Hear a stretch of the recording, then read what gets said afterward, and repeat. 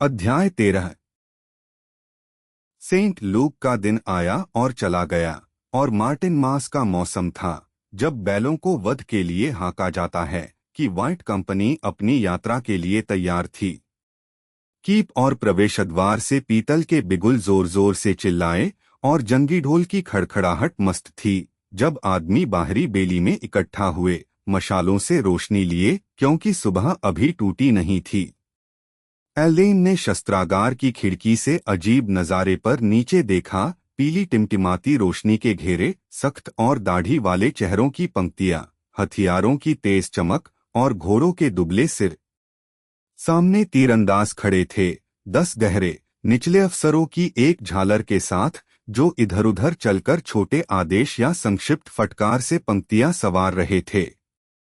पीछे फौलाद पहने घुड़सवारों का छोटा झुंड था, उनके भाले उठे हुए, लंबी पेंसिलें बलूत की छड़ियों से नीचे झुकती हुईं। वे इतने चुप और स्थिर थे कि वे धातुम्भी मूर्तियां हो सकते थे, अगर कभी-कभी उनके घोड़ों की तेज बेसब्र पटक न होती, या चैम्फरन की गर्दन प्लेटों पर खड़खड़ाहट न होती जब वे उछलते और खींचते।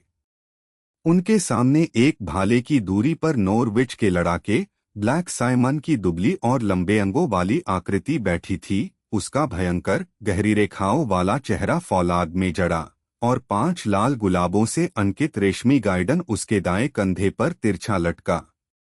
चारों ओर रोशनी के घेरे के किनारे पर किले के नौकर, वे सिपाही जो रक्षकदल बनाने वाले थे, और औरतों के छोटे छोटे झुंड खड़े थे, जो अपने एप्रन में सिसकती थीं और अपने नामसंतों को तीखी आवाज में पुकारती थीं कि वे उस वॉट या विल या पिटरकिन पर नजर रखें जिसने अपना हाथ जंग के काम में डाल दिया था।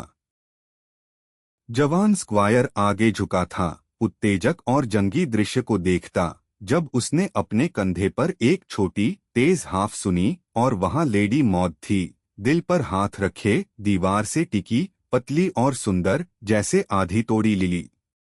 उसका चेहरा उससे दूर मुड़ा था, लेकिन वह उसकी सांस की तेज खिंचाई से देख सकता था कि वह फूट फूट कर रो रही थी।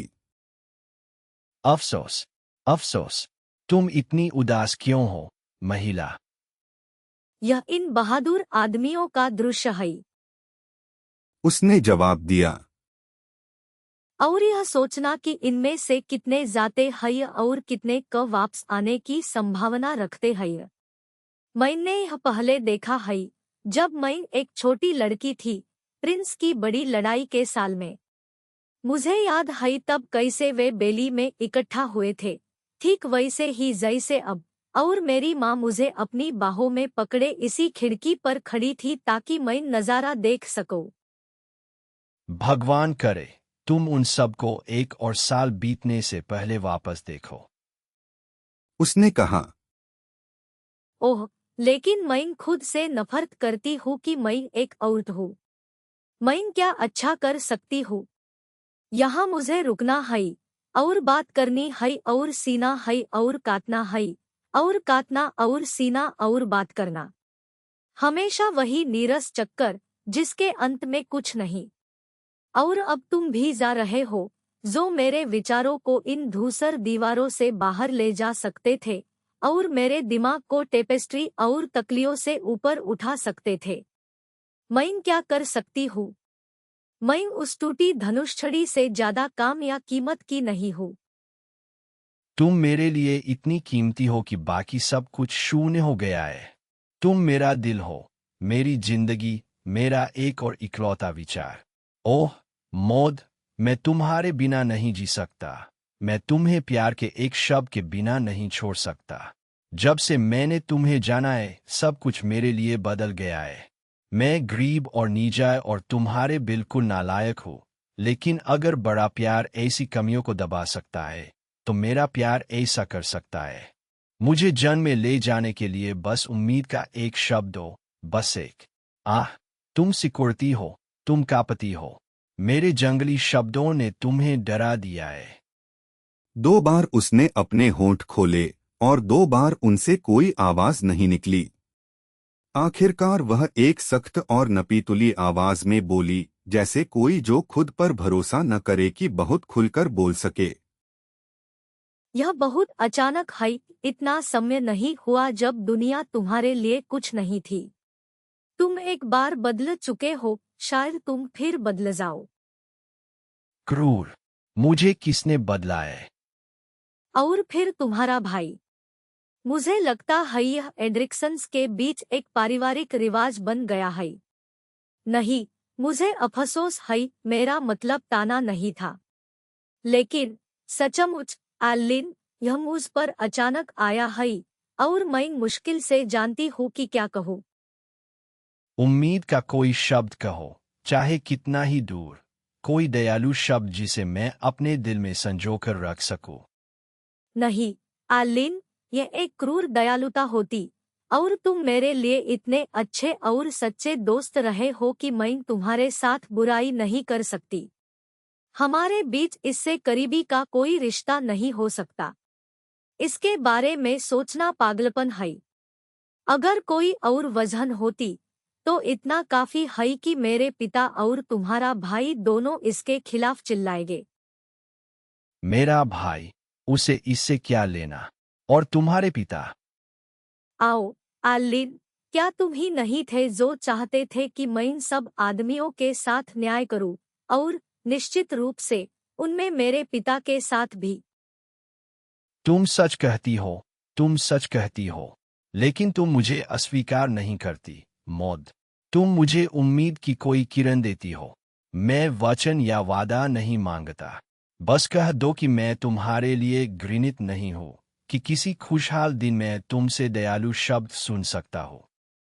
उसकी आंखें उस पर नरम पड़ गईं, और एक दयालु जवाब उसके होठों पर था, जब नीचे बेली से हथियारों की खड़खड़ाहट और घोड़ों की पटक के साथ एक कर्कश जयकार उठी। इस आवाज पर उसका चेहरा सख्त हो गया, उसकी आंखें चमक उठीं, और वह लाल गाल और पीछे फेंके सिर के साथ खड़ी हो गई, एक औरत का शरीर जिसमें आग की आत्मा थी। मेरे पिता नीचे गे है। तुम्हारी जगह उनके साथ है। नहीं, मुझे मत देखो एलिन। यह समय भटकने का नहीं है। मेरे पिता का प्यार जीतो, और सब कुछ हो सकता है। जब बहादुर सिपाही ने अपना कर्तव्य पूरा कर लिया तब वह अपने इनाम की उम्मीद करता है। विदा, और भगवान तुम्हारे साथ हो। उसने अपना सफेद पतला हाथ उसकी तरफ बढ़ाया, लेकिन जैसे ही उसने अपने होंठ उस पर झुकाए वह झटके से दूर हुई और जा चुकी थी, उसके फैले हाथ में वही हरा घूंघट छोड़कर जिसके लिए बेचारे पीटर टरलेक ने व्यर्थ तरसा था। फिर से नीचे से कर्कश जयकार फूटी, और उसने उठते पोर्टक्लिस की झनकार सुनी। घूंघट को अपने होठों से दबाते हुए उसने इसे अपने कुर्ते के सीने में ठूंस लिया, और जितनी तेजी से पैर उसे ले जा सकते थे दौड़ा कि कवच पहने और जमावड़े में शामिल हो। कच्ची सुबह टूट चुकी थी इससे पहले कि गर्म मसालेदार एल चारों ओर परोसी गई और आखिरी विदाई बोली गई। समुद्र से एक ठंडी हवा चली और फटे बादल तेजी से आसमान में बहे। क्रिसचर्च के शहरी एवॉन के पुल के पास सिमटे खड़े थे, औरतें अपनी शॉलें कसकर खींचे और आदमी अपने गैबरडीन में लिपटे, जबकि किले से घुमावदार रास्ते से नीचे छोटी सी सेना का अग्रदल आया, उनके पैर सख्त जमी सड़क पर झंझनाते। सबसे पहले ब्लैक साइमन अपना झंडा लिए आया, एक दुबले और ताकतवर डैपलग्रे चार्जर पर सवार, उतना ही सख्त और रेशेदार और जंगहोशियार जितना वह खुद। उसके बाद 3 कतार में सवार 9 मैन एट आर्म्स थे, सब चुने हुए सिपाही जो पहले फ्रेंच जंगों में शामिल रहे थे और पिकार्डी की सीमाओं को उतना ही जानते थे जितना अपने पैतृक हैम्पशायर की घाटियों को। वे भाले, तलवार और गदा से दांतों तक लैस थे, चौकोर ढालों के साथ जो ऊपरी दाएं कोने पर भालाटेक का काम करने के लिए कटी थीं। रक्षा के लिए हर आदमी ने गुंथी चमड़े की पट्टियों का एक कोट पहना था, जो कंधे, कोहनी और ऊपरी बाह पर फौलाद की पट्टियों से मजबूत किया गया था। ग्रीव्स और घुटने टुकड़े भी फौलाद समर्थित चमड़े के थे, और उनके दस्ताने और जूते लोहे की प्लेटों के थे, चालाकी से जोड़े हुए। इस तरह हथियारों की झनकार और टापों की खड़खड़ाहट के साथ वे आवॉन के पुल के पार सवार हुए, जबकि शहरी 5 गुलाबों के झंडे और उसके बहादुर रक्षकों के लिए जोर जोर से जयकार कर रहे थे। घोड़ों की ठीक एड़ी पर 2 स्कोर तीरंदाज आए, दाढ़ी वाले और भारी भरकम, उनकी गोल ढाले पीठों पर और उनकी लंबी पीली धनुषें, सबसे घातक हथियार जो आदमी की बुद्धि ने अब तक ईजाद किया था, उनके कंधों के पीछे से बाहर निकलती। हर आदमी की पेटी से तलवार या कुल्हाड़ी लटकती थी, उसकी पसंद के अनुसार, और दाएं कूल्हे पर चमड़े का तरकश बाहर निकलता था जिसमें हंस, कबूतर और मोरपंखों की झाड़ थी। तीरंदाजों के पीछे 2 तुरही बजाने वाले नकीरों पर फूंकते चले और 2 ढोल बजाने वाले रंग बिरंगे कपड़ों में। उनके बाद 27 बोझा ढोने वाले घोड़े आए जो तंबू डंडे, कपड़ा, अतिरिक्त हथियार, एड़, खूंटियां, खाना पकाने की देगचिया, घोड़ेनाल, कीलों के बैग और वे सैकड़ों दूसरी चीजें लिए थे जिन्हें अनुभव ने एक तबाह और दुश्मन देश में जरूरी दिखाया था। लाल सास सामान वाला एक सफेद खच्चर एक नौकर द्वारा लाया गया, सर नाइजल का अपना नेपरी और मेजाराम लिए था। फिर 2 स्कोर और तीरंदाज आए, 10 और मैन एट आर्म्स, और आखिर में 20 तीरंदाजों का एक पिछला पहरा, जिसकी अगली पंक्ति में बड़ा जॉन ऊंचा उठता था और वयोवृद्ध एलवर्ड बगल में चलता था, उसका पिटा कवच और फीका सरकोट उसके साथियों के बर्फसफेद जूपों और चमकती ब्रिगेंडाइनों के साथ अजीब विरोधाभास में। अभिवादनों और सवालों और खुरदरे वेस्ट सैक्सॉन मजाकों की एक तेज आड़ी तिरछी गोलीबारी पंक्ति से पंक्ति उड़ती या चलते तीरंदाजों और घूरती भीड़ के बीच आदान प्रदान होती। होला, गैफर हिगिंसन, अब तुम्हारी नट ब्राउन एल नहीं, मोगार। हम इसे पीछे छोड़ते हैं। सेंट पॉल की कसम नहीं, दूसरा चिल्लाया। तुम इसे अपने साथ ले जाते हो। बड़े पीपे में तुमने एक बूंद भी नहीं छोड़ी। तुम्हारे जाने का समय था। अगर तुम्हारा पीपा खाली है तो मैं गारंटी देता हूं तुम्हारी छैली भरी है, गैफर। देखना कि हमारे घर वापसी के लिए सबसे अच्छी का अच्छा जखीरा रचना। देखना कि तुम अपना गला उसके पीने के लिए पूरा रखना। तीरंदाज एक आवाज चिल्लाई और भीड़ खुरदरे मजाक पर हंस पड़ी। अगर तुम बियर की गारंटी दोगे तो मैं गले की गारंटी दूंगा, जॉन ने शांति से कहा। पंक्तियां बंद करो। ओ आवा, मेज आफा। आह, अपनी उंगली हड्डियों की कसम, वहाँ प्रायोरी मिल से मेरी प्यारी मैरी है। माँ फोई, लेकिन वह खूबसूरत है। अड्यू, मैरी मा शेरी। Mon cœur est toujours à toi। अपनी पेटी कसो, वॉटकिंस, और एक स्वतंत्र साथी की तरह अपने कंधे घुमाओ। अपनी मूठ की कसम, तुम्हारे जर्किन मेरे जितने ही गंदे होंगे इससे पहले कि तुम फिर से हैंगिस्टबरी हेड पर नजर डालो। कंपनी सड़क के मोड़ तक मार्च कर चुकी थी इससे पहले कि सर नाइजल लोरिंग प्रवेशद्वार से बाहर सवार हुए। पॉमस पर सवार उनका बड़ा काला जंगी घोड़ा, जिसकी भारी भरकम टाप लकड़ी के ड्रॉब्रिज पर उदास मेहराब से जोर जोर से गूंजती थी जो इसे फैलाए था। सर नाइजल अब भी शांति की अपनी मखमली पोशाक में थे, सपाट मखमली मेंटेनेंस टोपी और सुनहरे ब्रूच में जड़ा घुंघराला शुतुरमुर्ग पर लिए। उनके पीछे सवार उनके 3 स्क्वायरों को ऐसा लगता था मानो वह चिड़िया के अंडे के साथ साथ उसका पर भी लिए हों, क्योंकि उनके गंजे सिर का पिछला हिस्सा हाथी दांत के गोले की तरह चमकता था। उन्होंने अपनी जीन मोहरी पर लटकी लंबी और भारी तलवार के सिवा कोई हथियार नहीं पहना था, लेकिन टरलेक उनके सामने ऊंची वाइवर्न क्रेस्टेड बैसिनेट लिए था। फोर्ड भारी ऐश भाला जिस पर स्वैलोटेल पेनन था, जबकि एलेन को अलंकृत ढाल सौंपी गई थी। लेडी लोरिंग अपने पति की लगाम बाह पर अपनी पालफरे पर सवार थीं, क्योंकि वह उन्हें जंगल के किनारे तक देखना चाहती थीं, और बार बार वह अपना सख्त रेखाओं वाला चेहरा उत्सुकता से उनकी तरफ उठाती और उनके कपड़ों और उपकरणों पर सवालिया नजर दौड़ाती।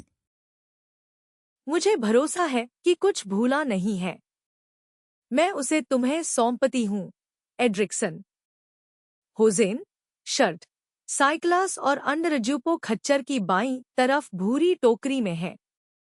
उसकी वाइन वह गर्म लेता है जब रातें ठंडी हों। मेलवॉयजी या वर्नेज, नाखून भर जितना मसाला डालकर देखना कि उसके पास बदलने को हो अगर वह टिल्टिंग से गर्म वापस आए। एक डिब्बे में हंसचर भी है अगर मौसम बदलने पर पुराने जख्मों में दर्द हो। उसके कंबल सूखे रहें और नहीं मेरी जान, अब ऐसी बातों की चिंता मत करो। इतने पीले और उदास क्यों हो एड्रिक्सन? क्या यह काफी नहीं कि आदमी का दिल नाच उठे इस कुलीन कंपनी को देखकर? ऐसे बहादुर मैनाटार्म्स, ऐसे तगड़े तीरंदाज। सेंट पॉल की कसम, मुझे खुश करना मुश्किल होता अगर मैं इतने कुलीन अनुयायी दल के सिर पर लाल गुलाबों को उड़ता देखकर खुश न होता। थैली मैं तुम्हें पहले ही दे चुकी हूँ एड्रिक्सन। उसमें 23 मार्क, 1 नोबल, 3 शिलिंग और 4 पेंस हैं, जो एक आदमी के ले जाने के लिए एक बड़ा खजाना है। और मैं तुमसे प्रार्थना करती हूँ एड्रिक्सन, ध्यान रखना कि उसके पास 2 जोड़ी जूते हैं, आम इस्तेमाल के लिए लाल चमड़े के और दूसरे सुनहरी पंजाजंजीरों वाले, जो वह पहन सकता है अगर उसे प्रिंस या चैंडोस के साथ वाइन पीने का मौका मिले। मेरी प्यारी चिड़िया, मुझे तुमसे जुदा होने का बहुत दुख है, लेकिन हम अब जंगल के किनारे पर हैं और यह सही नहीं कि मैं शातलेन को उसके भरोसे से बहुत दूर ले जाऊं। लेकिन ओ मेरे प्यारे पति, मुझे 1 फलांग और तुम्हारे साथ रहने दो, या 1.5 शायद। तुम मुझे यह उन थकाऊ मीलों में से दे सकते हो जो तुम तय करोगे। तो आओ मेरे दिल का आराम। लेकिन मुझे तुमसे एक गेज मांगनी होगी। यह मेरा रिवाज है प्यारी, और तब से है जब से मैंने तुम्हें पहली बार जाना कि ऐसे कैंपों, शहरों या किलों में जहां मुझे जाने का मौका मिले, हेराल्ड द्वारा घोषणा करूं कि मेरी प्रेमिका, जो ईसाई जगत में तुलना से परे सबसे सुंदर और मीठी है, मैं इसे बड़ा सम्मान और कृपालु अनुग्रह समझूंगा अगर कोई योद्धा धारदार भालों से मेरे खिलाफ 3 कोर्स दौड़े, अगर उसके पास कोई महिला हो जिसका दावा वह आगे बढ़ाना चाहे। तो मैं तुमसे प्रार्थना करता हूँ मेरी सुंदर कबूतरी, कि तुम मुझे अपने उन डोस्किन दस्तानों में से एक दोगी, कि मैं इसे उसके चिन्ह के रूप में पहनूं जिसका सेवक मैं हमेशा रहूंगा। हाय और अफसोस सबसे सुंदर और मीठी के लिए। सुंदर और मीठी मैं तुम्हारी प्यारी खातिर बनना चाहूंगी मेरे पति, लेकिन बूढ़ी मैं हूँ और बदसूरत, और नाइट हंसेंगे अगर तुम ऐसे कारण में भाला रेस्ट में रखोगे। एड्रिक्सन, तुम्हारी आंखें जवान है और मेरी कुछ धुंधली है। अगर तुम्हें कोई नाइट हंसते या मुस्कुराते या यहाँ तक कि देखो भौहें उठाते या मुंह सिकोड़ते या किसी भी तरह हैरानी दिखाते देखो कि मैं लेडी मेरी का समर्थन करता हूँ, तो तुम उसका नाम, उसका कोटार्मर और उसका ठिकाना खास तौर पर नोट करना। तुम्हारा दस्ताना, मेरी जिंदगी की चाहत। लेडी मेरी लोरिंग ने अपना हाथ अपने पीले चमड़े के गंटलेट से बाहर सरकाया और उसने इसे नाजुक श्रद्धा से उठाकर अपनी मखमली टोपी के सामने बांध लिया। यह मेरे दूसरे रक्षक स्वर्गदूतों के साथ है। और अब मेरी सबसे प्यारी, तुम काफी दूर आ चुकी हो। वर्जिन तुम्हारी रक्षा और उन्नति करे। एक चुंबन। वह अपनी जीन से नीचे झुका और फिर अपने घोड़े की बगलों में एड़ लगाकर वह अपने आदमियों के पीछे पूरी रफ्तार से दौड़ा। उसके 3 स्क्वायर उसकी एड़ियों पर। आधा मील आगे, जहां सड़क एक पहाड़ी पर चढ़ती थी, उन्होंने पीछे देखा और लेडी मेरी अपनी सफेद पालफरे पर अब भी वहीं थीं जहां उन्होंने उन्हें छोड़ा था। एक पल बाद वे ढलान पर थे और वह उनकी नजरों से गायब हो गई थीं।